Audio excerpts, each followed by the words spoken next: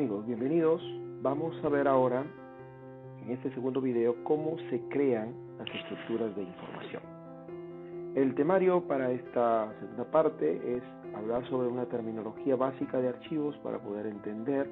Eso implica que tengamos que conocer el concepto completo de lo que significa manejar los archivos y base de datos relacionales. Luego vamos a hablar sobre normalización y finalmente vamos a hacer aplicaciones para cargar datos externos y desarrollar algunos casos de ejemplo. Empezaremos manejando la terminología básica de archivos.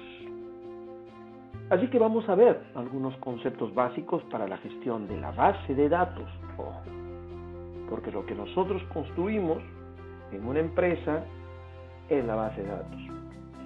Yo puedo afirmarles por experiencia propia que cuando nosotros diseñamos en una organización una base de datos bien hecha, relacionada adecuadamente, podemos capturar cualquier información que necesitemos.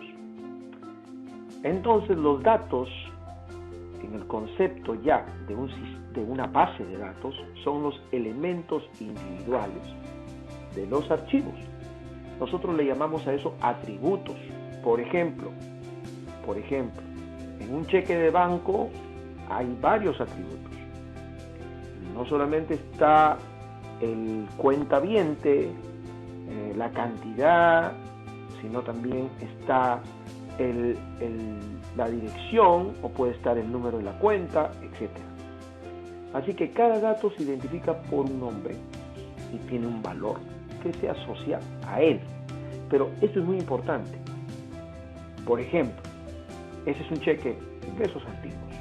Cuentaviente, el portador, la fecha, el número de cheque, el monto numérico, el monto en letras, el número del banco, el número de la cuenta y hasta la firma.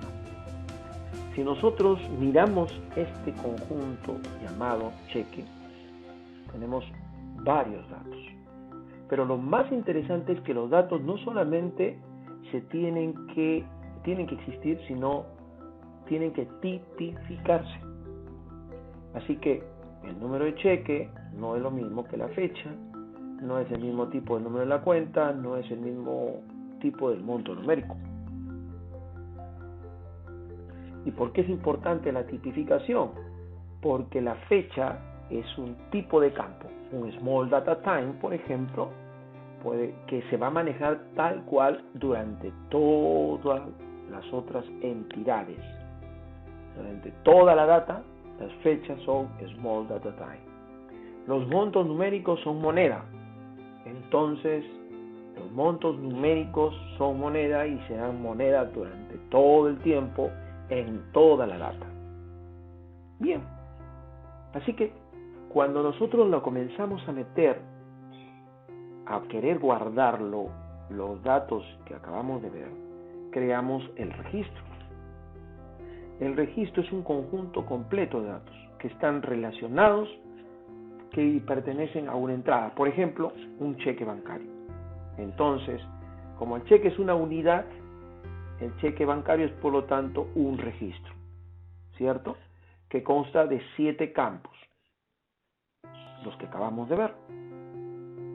Así que cada campo tiene asociado un nombre, una longitud y un tipo. Entonces, en el cheque bancario que hemos visto, tenemos el cuentaviente, es un carácter de tamaño 50. Eso es muy importante. ¿Por qué?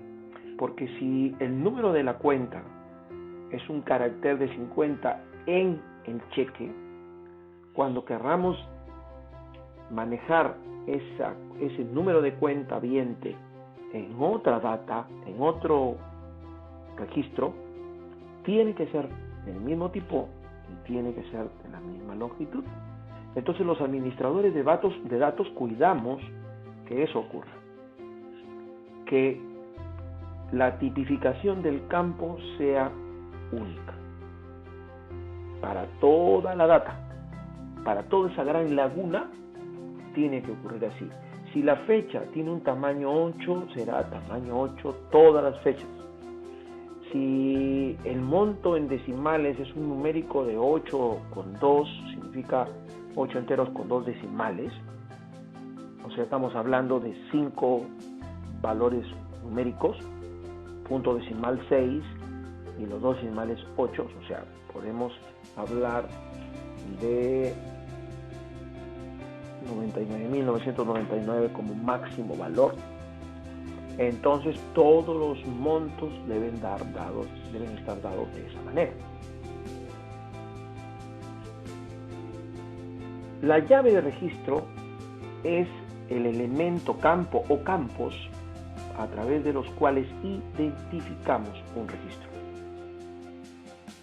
Por ejemplo, el número de matrícula en la universidad viene a ser una llave de registro.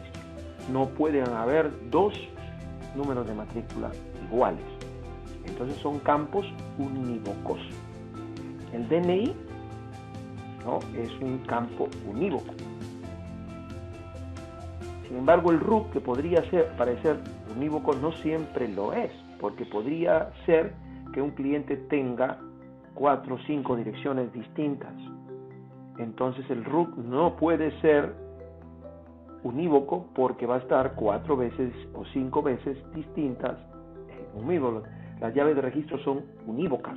Unívoca significa que solamente está una vez en la data.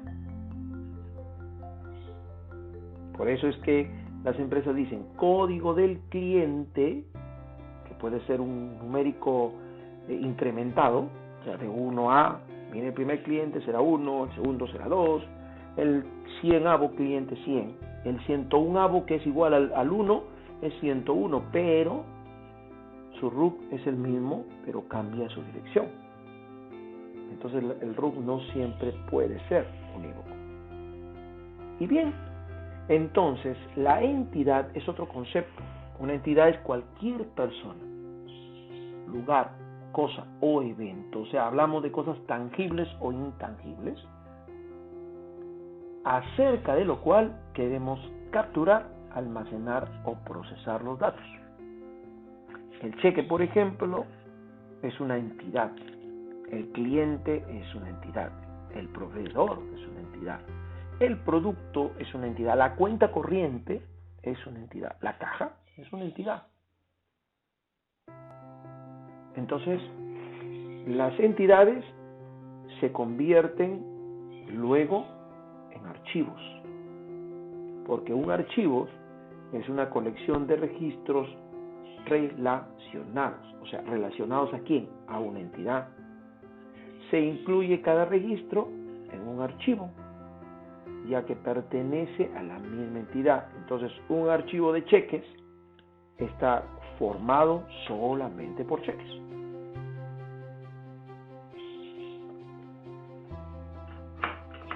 Los registros y facturas de inventarios no pertenecen al cheque porque pertenecen a otra entidad.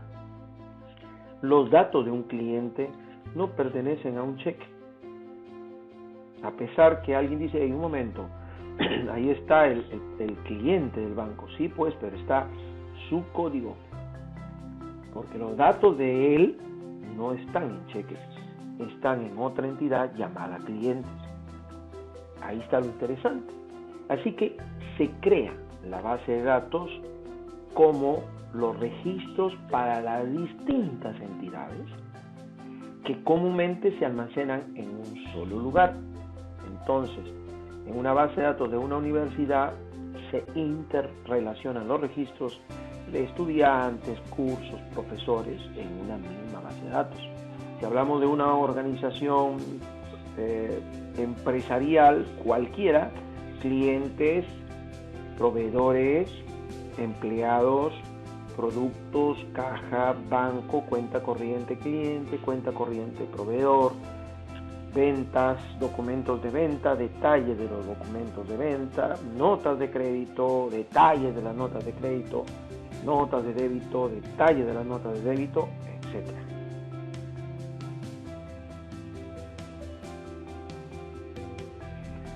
Entonces la base de datos es una colección integrada de datos, almacenadas en distintos tipos de registros, de forma que sean como dice ahí, accesible.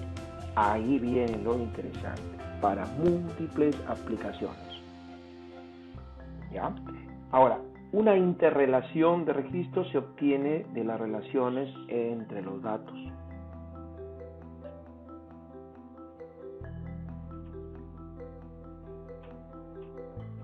No del lugar del almacenamiento físico. Ahora, aquí viene lo interesante, ¿no? Los tipos de archivos. ¿Por qué? Porque tenemos archivos maestros que son registros, conjuntos de registros de aspectos muy importantes de las entidades. Por ejemplo, clientes son maestros, artículos, proveedores, empleados, son archivos maestros, líneas, zonas, sectores, ¿no? Ubigeo es maestro. Generalmente los archivos maestros se caracterizan por tener datos unívocos con una llave principal que identifica como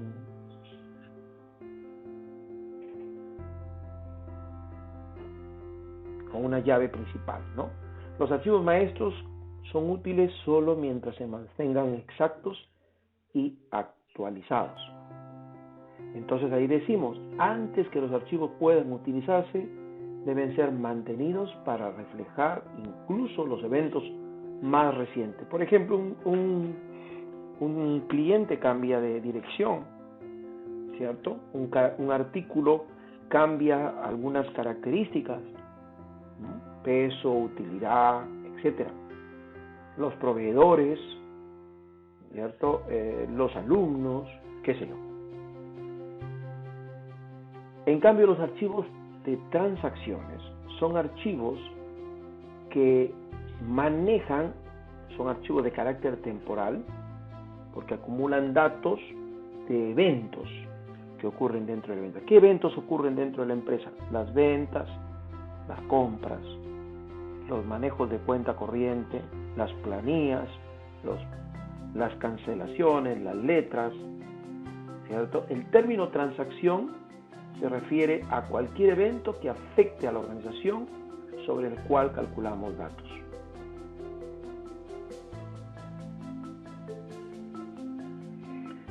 Y los archivos de tablas, en muchos sistemas incluye un cierto de archivo tipo maestro, es para cubrir requerimientos especiales de procesamiento. Generalmente son tablas de carácter genérico, por ejemplo, estado civil, ¿no? Turno, tipo de movimiento, tipo de cargos, tipo de abonos, tipo de entrada al almacén, tipo de salida del almacén.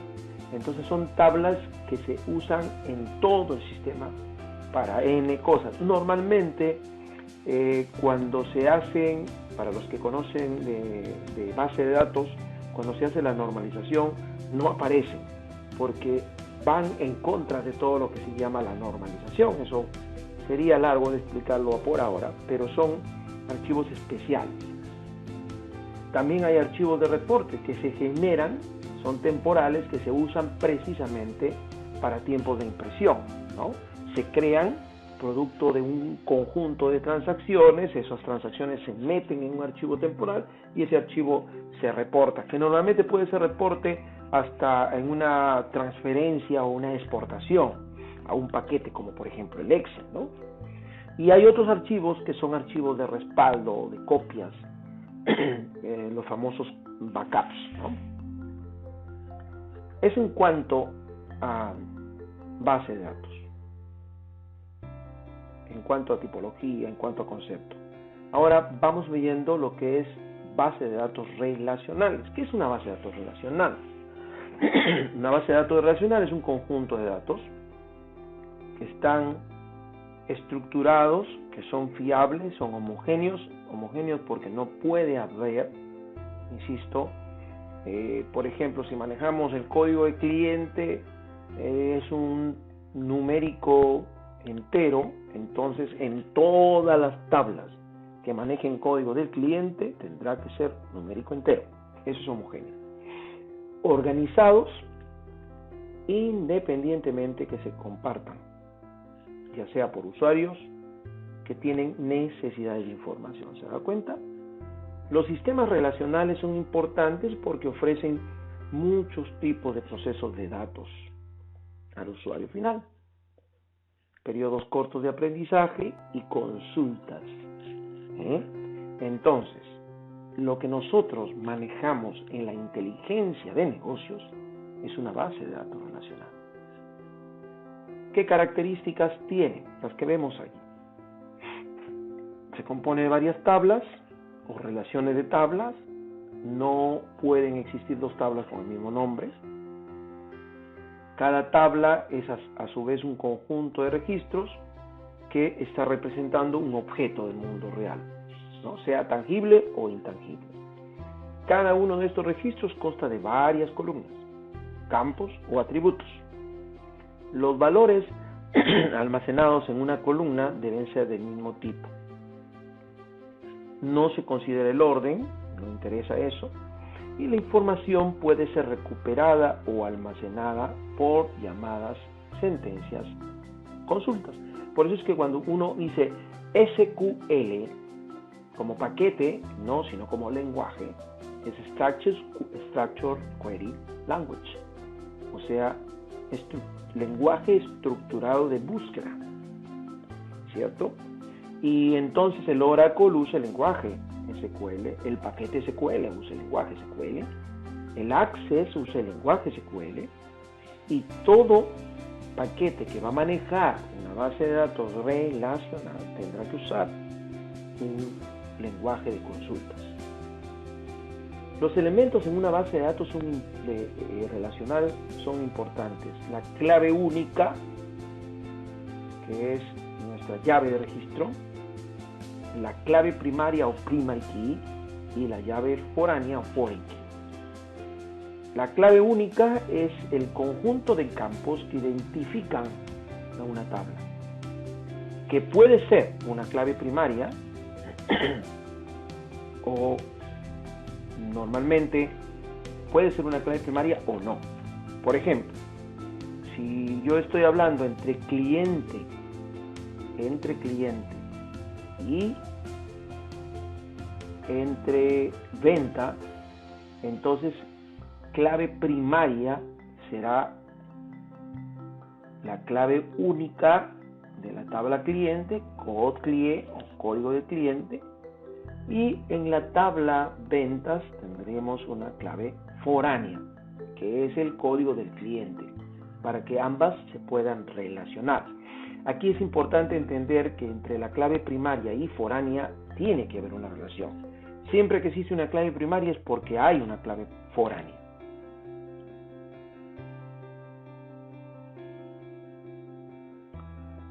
Una estructura, la base de datos, dentro de la base de datos se organizan dos marcadas situaciones: el esquema y los datos. El esquema es la definición de la estructura, por eso normalmente se dicen subesquemas. En informática se usa mucho el término subesquema para referirse a un esquema para una determinada persona o para un determinado usuario.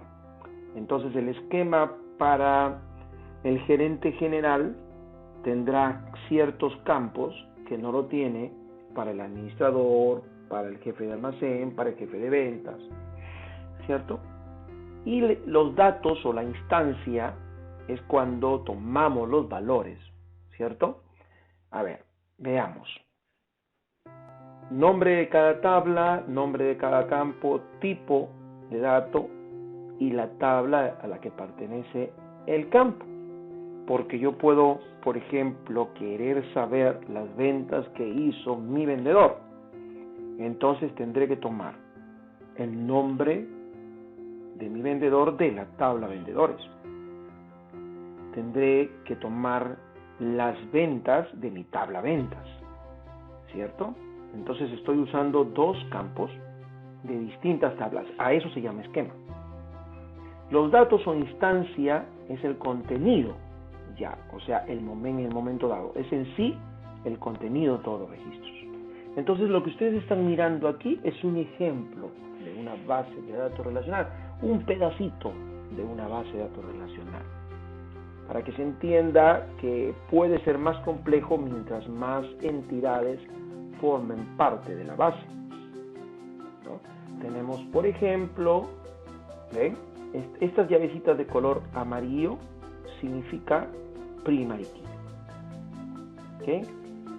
Y lo que se ve como signo infinito es el foreign key.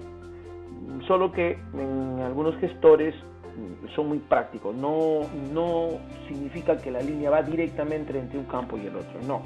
Pero por ejemplo, aquí tenemos un código de clase. Y ustedes ven aquí, clase. Quiere decir que yo estoy haciendo una relación de un primary key, clave única, y a la vez primary key, con productos, ¿cierto? Y obviamente con clase.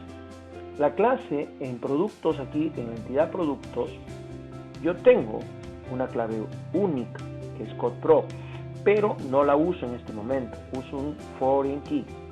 Sin embargo, esta clave única se convierte en una clave primaria cuando, por ejemplo, quiero saber los detalles de una venta. Aquí aparecerá el código del producto como un foreign key y acá se relacionará con producto con primary key. Ese enmarañado, por decirlo así, esa unión se tiene que definir antes de meter la data. Entonces, cuando los sistemas transaccionales empiezan a alimentar esta data, debemos estar seguros de la validación. Los datos son validados en la medida que son del mismo tipo. En este momento no se ve aquí, pero si aquí el código del producto es un char de 10, pues un carácter de 10, perdón, entonces quiere decir que aquí tiene que ser char de 10. El nombre puede ser distinto, no tiene nada que ver eso. O sea, no porque se llama CodePro tiene que llamarse CodePro en todos. No, puede ser distinto, ¿no? Por ejemplo, miren, si ustedes tienen aquí código de cliente, pero podría yo poner acá cliente. Pero si aquí el code cliente es un entero, acá el cliente tiene que ser entero para que pueda existir esta relación. ¿Por qué es importante entender la relación? Porque cuando se hace inteligencia de negocios, ya estamos entrando a un nivel no transaccional, sino gerencial. ¿Y la gerencia qué quiere? La gerencia quiere crear los esquemas para que la gente que vaya a pescar, pesque lo que realmente quiere pescar. Por lo tanto, el gerente general no le interesa, por ejemplo, dónde vive el cliente. Para él, este será un dato. En su esquema no tiene por qué aparecer ese dato. Pero sí debe aparecer, por ejemplo, cuánto está debiendo. ¿Se dan cuenta? Cuánto está debiendo para el gerente le es importante. Cuánto me está debiendo un cliente. ¿Cierto? Entonces, todo esto se tiene que manejar dentro de cualquier paquete. O sea que antes de que nosotros nos metamos a manejar un paquete de información gerencial, como lo va a hacer el Power BI, tenemos que entender que esto lo tenemos que construir. Y que si no está construido de esta manera, no nos sirve. No podemos navegar en una laguna que no forma una estructura adecuada de esquemas. ¿Y por qué es importante esto? Miren, aquí viene lo interesante. Por ejemplo, si yo quiero saber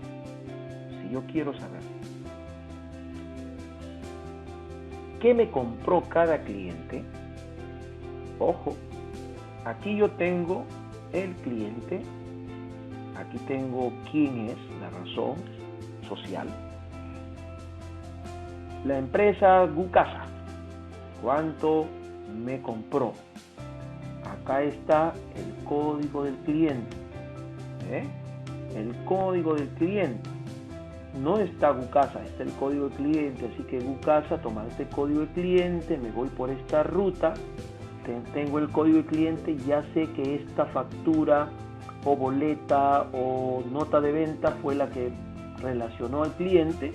Los detalles de qué me compró están acá, porque si ustedes ven aquí hay dos llavecitas que representan mi primary key y aquí están los dos campos que representarían mi foreign key. Aquí está el producto y con este código me voy por acá y ya sé qué producto tengo. Entonces yo sigo esta ruta. ¿Ven? O sea, me voy. Aquí es lo interesante. O sea, me voy a ir. Esta es mi ruta. De aquí tomo esta ruta, me vengo por acá, ¿cierto? Con esto me vengo por aquí, aquí está mi ruta, me conecto y acá me conecto. Y ya está. Entonces yo sigo un camino bastante interesante. Sigo un camino así. Me voy por acá y llego por acá. Entonces yo puedo decir, Juan Pérez me compró el producto X, Y y Z. ¿Cierto? ¿Se dan cuenta? Entonces alguien dice, en un momento, también puedo yo saber, por ejemplo, puedo yo saber que el vendedor, acá los vendedores son los empleados. Aquí está, por ejemplo, código del empleado, ¿no? Observen, aquí está el código del empleado. Con esta relación, yo sé, aquí no se nota, pero aquí está seguramente el vendedor. O sea, aquí está el campo vendedor que me permite relacionarme con esta tabla. Como yo ya sé que en esta factura fue realizada por este vendedor, o sea, él fue el que me vendió, al tener este dato, tengo el número de la cuenta, acá lo tengo, ya sé qué producto el vendedor me vendió, entonces puedo saber qué productos. Así que puedo ir por esa ruta y tener también lo que me vendió un determinado vendedor. Entonces caminar en estas rutas es lo que nos convierte en el manejo inteligente de los negocios. O sea, la inteligencia de los negocios se maneja porque yo puedo tener una relación adecuada de toda mi data. Entonces, cuando alguien me pide información, inmediatamente recorro donde tengo que recorrer y inmediatamente tengo la información que se necesita. Muy bien, llegamos entonces ahora a lo que es la normalización. ¿Qué significa normalizar? Normar es estandarizar, es crear una estructura estándar, de manera que debemos tener la seguridad de que las tablas están relacionadas de la manera correcta, que eso es parte de la normalización. Las etapas de la normalización por lo general pueden ser hasta 5 etapas, pero si nosotros llegamos a una tercera forma normal, ya habremos avanzado bastante en la relación adecuada entre las tablas. La primera forma normal se alcanza cuando se elimina la redundancia perjudicial, es decir, cuando se quitan todos los grupos que sean repetición. Un grupo de repetición es la aparición, valga la redundancia, repetida de un dato o de un grupo de datos dentro de un registro, sin que nos ofrezca un beneficio. Al realizar la primera normalización, se crea un registro, una estructura de registro adicional. No todos los archivos obviamente tienen una redundancia perjudicial. Así que para verlo, lo vamos a detallar de esta manera. Cuando hay redundancia, se realiza la primera normalización dividiendo dos archivos. Noten ustedes que tenemos aquí por un lado el número de la factura, el cliente, el domicilio, la provincia, la fecha, lugar, RUC, suma, IGB y total. Y por el otro lado tenemos el número de la factura, el código de producto, concepto. ¿Por qué aquí existe la primera forma normal? Porque una factura puede tener un detalle. Como podemos observar, aquí una factura tiene el detalle de los productos. Imaginemos que esto no estuviera aquí. Si esto tendría que estar acá, entonces tendríamos que poner el código del producto, el concepto, la cantidad, el precio unitario y el subtotal aquí. Pero tendríamos que repetir toda esta cabecera por cada producto que hayamos ingresado. Entonces eso estaría totalmente desarrollado como si estuviésemos trabajando en un papel. Entonces aquí es importante entender que la idea de separar en dos archivos es porque esta parte es la única parte que se va a cambiar entre un registro y otro.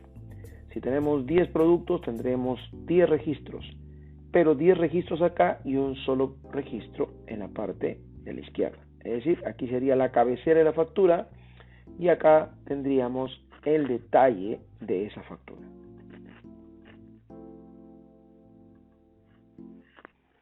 Las figuras que estamos mirando en este momento es para representar la cardinalidad que existe entre dos elementos, dos tablas. Por ejemplo, en el primero, un registro de A se corresponde a un registro de B. O podríamos decir, un registro de A se corresponde a uno o más registros de B, que es lo más común, lo que más ocurre. Por ejemplo, aquí decimos, una factura tiene varios detalles. También puede ser que un registro de A corresponda a 0 o más registros. Por ejemplo, yo puedo tener un cliente y no he hecho ninguna venta. Podría ser de 0 a más. Uno o más registros de A se corresponde a uno o más registros de B. Esto es muy poco común. Lo más usado sería la segunda opción, que es la que vamos a ver con mucho más frecuencia cada vez que tengamos que usar nuestra inteligencia de negocios. La segunda forma normal se alcanza cuando tenemos una dependencia. Si B depende funcionalmente de A, entonces podríamos crear un campo adicional. Así que un campo es funcionalmente dependiente si su valor está asociado de manera única con un campo específico. Por ejemplo, el número de placa identifica de manera única a un vehículo específico. Un número de serie de un vehículo está asociado con y solo con un número de placa. Así se conoce el número de serie de un vehículo, también se puede determinar el número de la placa. Eso sería una dependencia funcional. Por ejemplo, lo que estamos mirando aquí. Si yo estoy hablando de la descripción del producto, la descripción del producto depende del código. El precio unitario depende del código, la unidad de medida depende del código y la ubicación del producto depende del código. Si queremos lograr una segunda forma normal, esta se alcanza cuando un registro está ya en la primera y cada campo depende funcionalmente de la llave de registro y nada más. Entonces entendamos eso. Si no hay redundancia perjudicial, ya está en su primera forma normal. O sea, no habría que discutir, pero para llegar a una segunda forma normal tendríamos que conseguir que cada campo sea funcionalmente dependiente del primero. Entonces, si nosotros tomamos el ejemplo que estábamos haciendo sobre la factura, por ejemplo, el concepto del producto, que sería la descripción, no depende funcionalmente del número de la factura, ¿cierto? No solamente va a depender de él, porque la descripción del producto dependerá del código del producto. Y lo mismo pasa con el domicilio del cliente.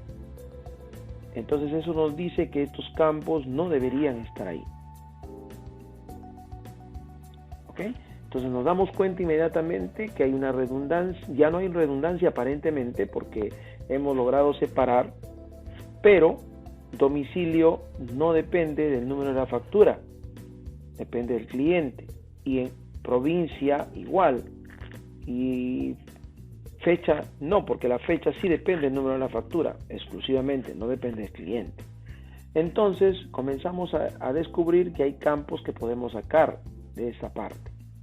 Claro, en la praxis, ya por la, digamos, experiencia que uno tiene, arma directamente una base de datos hasta ya en la tercera forma normal, que es lo que comúnmente debemos conseguir dentro de una base de datos. ¿Cuándo entramos a una tercera forma normal? Cuando hay una dependencia transitiva. Si B depende de A y C depende de B, entonces C depende de A. Y esto nos permite amarrar con tablas, o ubicar o formar registros. Por ejemplo, si nosotros tomamos el producto y tomamos el proveedor, para poder relacionar a ambos necesitamos las partes. ¿Por qué? Porque una parte puede ser proveída por uno o más proveedores, ¿cierto? Pero un producto puede contener más de una parte. Entonces, cuando ya necesitamos estar en una tercera forma normal, llegamos precisamente a esta ubicación. Bien, con estos conceptos previos ya podemos mirar cómo se hace una carga externa de datos. Para ello, primero vamos a obtener los datos externos. ¿Cómo se obtienen los datos externos? Aquí tenemos dentro de la pestaña Inicio el botón Obtener datos. Entendamos que cuando uno obtiene el dato, este lienzo se llena y entonces podemos trabajar con la tabla o con los datos que hemos cargado. Hay que entender que Power BI es una plataforma muy potente porque nos permite, vamos a darle clic aquí, obtener datos de diferentes fuentes.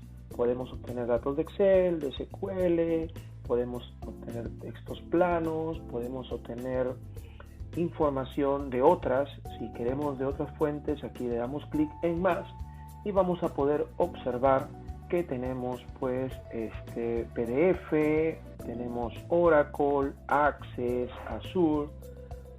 Podemos básicamente escoger algunas bases de datos que quisiéramos en Azure mismo, etc. En esta oportunidad vamos a trabajar con Excel. Entonces activamos Excel, conectamos y escogemos la ruta de donde va a estar el archivo que queremos, del cual queremos extraer. Vamos a hacer entonces venta de videos, abrimos y empieza la conexión y mientras carga podemos irles mostrando. Vamos a escoger aquí, escogemos venta videojuegos, aquí se muestra una vista previa, cargamos la información y mientras carga nosotros estamos mirando que en nuestro panel tenemos aquí al lado izquierdo tres vistas: la vista informe, la vista datos, con los datos que se han cargado de la tabla que hemos en este caso usado, que está en Excel, y acá tenemos la vista modelo. Cuando hagamos relaciones entre tablas podemos usar esto y nos ayuda bastante. Y en la parte inferior pueden ustedes mirar que la computadora se adecua un poco al comportamiento de la vista y presenta la información en el panel. Entonces, en esta oportunidad debemos entender que este proceso, que tiene varias partes, puede ser mejorado. Por ejemplo, si nos vamos a inicio, aquí tenemos transformar datos y podemos entrar a la transformación de los datos. Esto sería para hacer las consultas correspondientes. Cada consulta que hagamos se va a ir agregando en la parte izquierda y nosotros podemos mirar aquí los pasos que hemos aplicado. Por ejemplo, vamos a suponer que queremos que esta columna editorial sea ordenada. Entonces le damos botón derecho y vamos a ver qué tenemos. Vamos a tener aquí la opción de ordenar de manera ascendente, ¿no? Entonces ya tenemos el cambio. Si queremos que los cambios que permanezcan aquí, tenemos que cerrar y aplicar. Podemos, como ustedes pueden observar, copiar, quitar columnas, duplicarlas, dividir un texto en partes con un separador que escojamos, podemos borrar un campo, podemos cambiarle el nombre también. En fin, todo lo que hagamos lo podemos hacer y para ello tenemos que cerrar y aplicar. De esta manera la consulta queda desarrollada y los campos quedan cambiados en el formato que queramos. En el informe es importante entender que la data se encuentra aquí y cuando queramos manejar varias tablas, aquí van a aparecer todas las tablas con sus campos correspondientes. De manera que en este lado del lienzo podemos ir colocando la forma o presentación que queramos. Siempre que necesitemos ir a mirar los elementos que conforman la tabla, simplemente clicamos en la vista correspondiente o en la vista de modelo cuando tengamos un conjunto de relaciones. Como ven, cargar los datos es sencillo. Ahora lo que tenemos que hacer sí es grabar la aplicación que hemos desarrollado para que ésta quede con los datos grabados. El archivo correspondiente como ejemplo que podamos usar va a quedar en la plataforma que usemos para el dictado del curso. Muy bien, entonces voy a grabarlo, le doy guardar como, lo voy a grabar en este caso en la sesión 1 y le voy a poner ejemplo, por ejemplo 01, ¿no? Y guardamos. De esa manera ya queda esta información grabada ahí, la data está salvada y esto lo podemos hacer también cuando querramos, por ejemplo, relacionar datos, que lo vamos a ver en el siguiente video. A continuación, amigos, vamos a desarrollar un caso donde vamos a extraer información, pero ya no desde el Excel, sino lo vamos a hacer desde SQL para que vean ustedes de la variedad que tiene el Power BI. Para empezar, ya sabemos que en la pestaña inicio tenemos obtener datos, así que lo vamos a obtener de esta manera. Podemos darle clic y directamente ingresar a SQL. El servidor que le pongamos acá, así que le vamos a poner servidor. Podemos no necesariamente poner una base de datos, eso es opcional. Podemos darle a aceptar y la máquina va a buscar obviamente todas las bases de datos que estuvieran conectados en ese servidor. A mí me interesa, por ejemplo, trabajar con esta base de datos. Como ven, aquí están todas las tablas asociadas. Entonces vamos a hacer un ejercicio bastante rápido, sencillo, pero oportuno. Todo lo que ven aquí es una V, es una vista, y las vistas también son parte de la base de datos. Sin embargo, a nosotros nos interesan las tablas, por ahora. Las vistas en realidad son tablas, ¿no? Pero ya es otro tema que en algún momento podremos conversar en otro instante o para otro tema. Por ejemplo, me interesa a mí primero coger clientes, así que voy a activar clientes. ¿Qué más me interesa? Manejar. A ver, aquí estamos viendo una vista previa de los clientes. Luego nos interesa trabajar, por ejemplo, estoy yendo en orden, claro está. Aquí tenemos varias tablas, como pueden ver. Para el ejemplo solo voy a mostrar algunas. Voy a mostrar la cuenta corriente. Ahí está, la activamos. Vamos a mostrar por ejemplo el detalle de la venta, y la venta acá está, la cabecera de la venta y el detalle de la venta. Y bueno, si hablamos de detalle, eso nos obliga a poner productos, y con eso creo que es bastante para entender cómo es que se relacionan las tablas. Es interesante. Y bueno, pues vamos a buscar. Si ustedes tienen una máquina con mucha carga, como están mirando, obviamente el pase es un poco más lento, ¿no? Ahí está, se nos pasó. Vamos a entrar a productos. Bien, bueno, podemos haber cargado proveedores, pero ya para no hacerlo muy larga, vamos a poner productos. Ahí está una vista preliminar. Listo. Ahora sí, le damos cargar. Y esperamos que la computadora haga su trabajo. ¿Listo? Bueno, aquí nos está diciendo que se está cargando el modelo. Como pueden ver, el proceso va a depender mucho de la cantidad de registros con los que se tenga. La base de datos, como ven, inmediatamente ustedes están mirando allí que ya se está cargando la cantidad de filas y estas se pueden visualizar en este modo que ven acá. ¿Ven? Entonces tenemos la tabla clientes, la tabla cuenta corriente del cliente y todos sus campos, la tabla DocCap con todos sus campos, la cabecera de las ventas, la cabecera del detalle con todos sus datos y los productos, ¿no? Interesante. Ahora vamos a esta vista, modelo, y podemos ver que inmediatamente voy a asociar esto aquí para ocultarlo y poder mirarlo adecuadamente.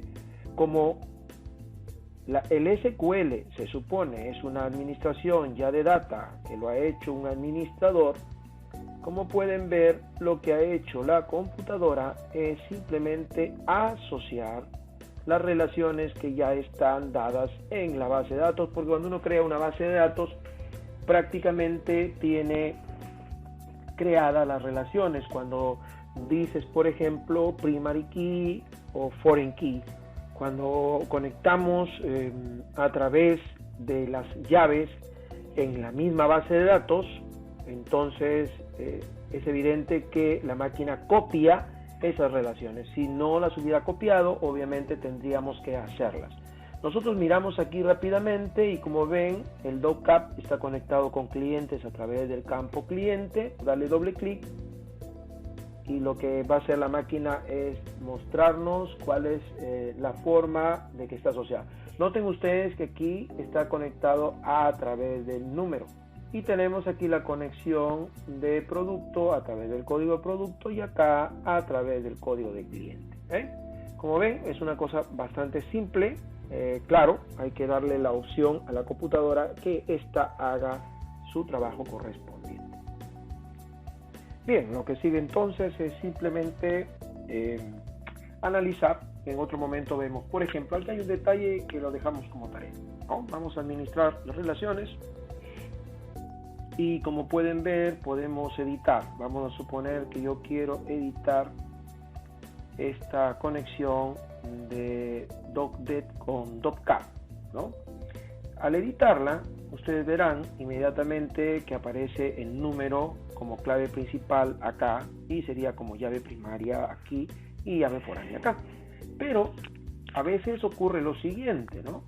No es el caso, pero podría darse que una factura y una boleta coincidan en número. Acá no va a coincidir porque todas las facturas tienen una F y todas las boletas tienen una B, pero podría darse el caso en que coincidan. Si ese fuera el caso, entonces la llave tendría que ser número y tipo, donde tipo 1 implica factura, 2 boleta, etc. Bueno, si fuera el caso. Si fuera el caso así, tendríamos que construir un campo que concatene número y tipo y obviamente lo conectamos bajo ese esquema. ¿Por qué? Porque acá no se permite, por ejemplo, si yo quiero conectar con otro campo, inmediatamente no lo podría hacer. Acá este mensaje de error que aparece es porque estoy cogiendo tipo con número y eso obviamente no coincide, ¿cierto? Bueno, ya está. Así que en otra oportunidad veremos manejar esto mismo, pero con Excel. Bien, hasta la próxima. Gracias.